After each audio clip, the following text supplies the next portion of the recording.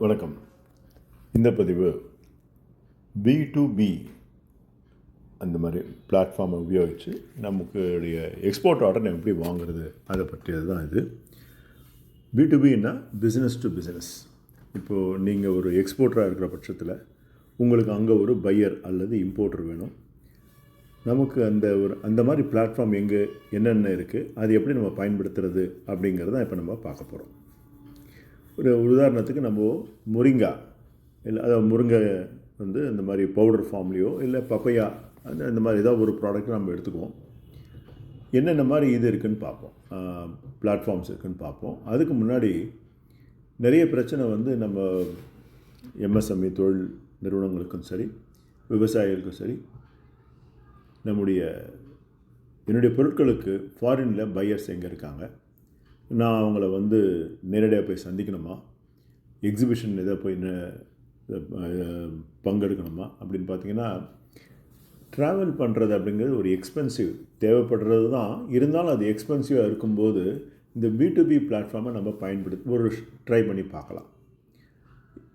என்னென்ன மாதிரி B2B பிளாட்ஃபார்ம்னா பாப்புலராக இருக்கிறது பார்த்திங்கன்னா Alibaba, globalsources.com, trade India, India mart, exporters India, இதெல்லாம் ஒரு B2B பிளாட்ஃபார்ம். இதில் இந்தியா பேஸ்டு போர்ட்டல்ஸ் நம்ம முதல்ல ட்ரை அவுட் பண்ணுறது நல்லது.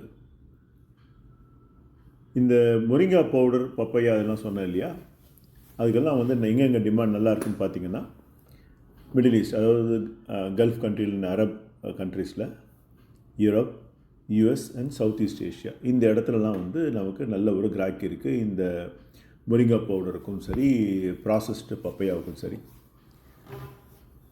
நம்ம இந்த B2B பிளாட்ஃபார்ம் போகிறதுக்கு முன்னாடி என்னென்ன நம்ம தயார் பண்ணிக்கணும்னா, நம்முடைய ப்ரொஃபைல், நம்ம கம்பெனியை பற்றி ஒரு ப்ரொஃபைல், அதாவது நம்ம யார், நம்முடைய எக்ஸ்போர்ட் கேப்பபிலிட்டி என்ன, நமக்கு என்னென்ன மாதிரி சர்டிஃபிகேட்ஸ் வாங்கி வச்சுருக்கோம், நம்முடைய கான்டாக்ட் டீட்டெயில்ஸ், யார் அவங்க தொடர்பு கொள்ளணும், அந்த ஃபேக்ட்ரி எங்கே இருக்குது, இல்லை நம்ம வேறு இடத்துல வாங்குகிறோமா, அவங்கள பற்றி ஏதாவது ஃபோட்டோஸ் அதெல்லாம் எடுத்து தயார் பண்ணிக்கிறது தான் ப்ரொஃபைல்.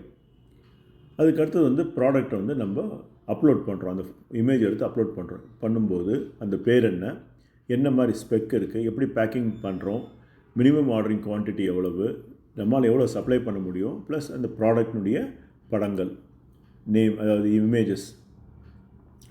அடுத்தது நமக்கு என்கொயரிஸ் வர நிச்சயமாக ஆரம்பிக்கும். அதாவது எக்ஸ்போர்ட்டர்ஸாக நம்ம எப்படி ஒரு பையரை தேடுறோமோ, அதே மாதிரி பையர் ஒரு எக்ஸ்போர்ட்டர் அல்லது சப்ளையர் தேடிட்டு இருக்காரு அப்படிங்கிறது தான் உண்மை. இந்த பையர் என்கொயரிக்கு ஆன்சர் பண்ணுறது தான் ரொம்ப முக்கியமானது. நிறைய பேர் ஃபெயில் ஆகிறது இங்கே தான், குறிப்பாக நம்ம இந்தியர்கள். ஒரு பையர் என்கொயரி வந்தால் அடுத்த 24 மணி நேரத்தில் நம்ம பார்த்து அது ரிப்ளை பண்ணணும். எப்படியும் வித்து கொட்டேஷன், அப்புறம் ப்ராடக்ட் டீட்டெயில்ஸ் நம்ம என்ன மாதிரி சாம்பிள்ஸ் தர முடியும் அப்படின்னு நம்ம, அதாவது எவ்வளோக்கு வேகமாக நம்ம அவங்களை ரெஸ்பாண்ட் பண்ணுறோமோ அந்த அளவுக்கு நம்ம க்ரெடிபிலிட்டியை நம்ம டெவலப் பண்ணுறோன்னு அர்த்தம். அடுத்தது அவங்க சாம்பிள்ஸ் கேட்டால் சாம்பிள்ஸ் நம்ம கொடுக்கலாம். சின்ன ஆர்டரை எடுத்து நம்ம எக்ஸிக்யூட் பண்ணுறது நல்லது, ஏன்னா அது ஒரு நம்பிக்கை கொடுக்கும். லாங் டேர்ம் பையர்ஸ் எப்போயுமே ட்ரையல் ஷிப்மெண்ட்டில் தான் ஆரம்பிப்பாங்க. என்ன மாதிரி நமக்கு தவறுகளை நம்ம தவிர்க்கணும்னா, ஒரு ப்ராடக்டை போடுறீங்க, அப்புறம் நீங்கள் கண்டுக்காமல் இருக்கக்கூடாது, ஃபாலோ அப் இருக்கணும், நல்ல கிளியராக அந்த கம்யூனிகேஷன் இருக்கணும், குவாலிட்டியில் கன்சிஸ்டன்சி இருக்கணும், ப்ரைஸிங் ரொம்ப கீழே இருக்கக்கூடாது, ரொம்ப மேலேயும் இருக்கக்கூடாது, ஒரு ரியலிஸ்டிக்கான ப்ரைஸிங்காக இருக்கணும். எக்ஸ்போர்ட் சக்ஸஸ்க்கு என்ன வேணும்னா, நல்ல ப்ராடக்ட்டு, ஃபாஸ்ட் ரெஸ்பான்ஸ், ரிலையபிளான சப்ளை, ப்ராப்பர் டாக்குமெண்டேஷன். இந்த மாதிரி இருந்தால் ஆர்டர் தானாக வரும். தேங்க்யூ.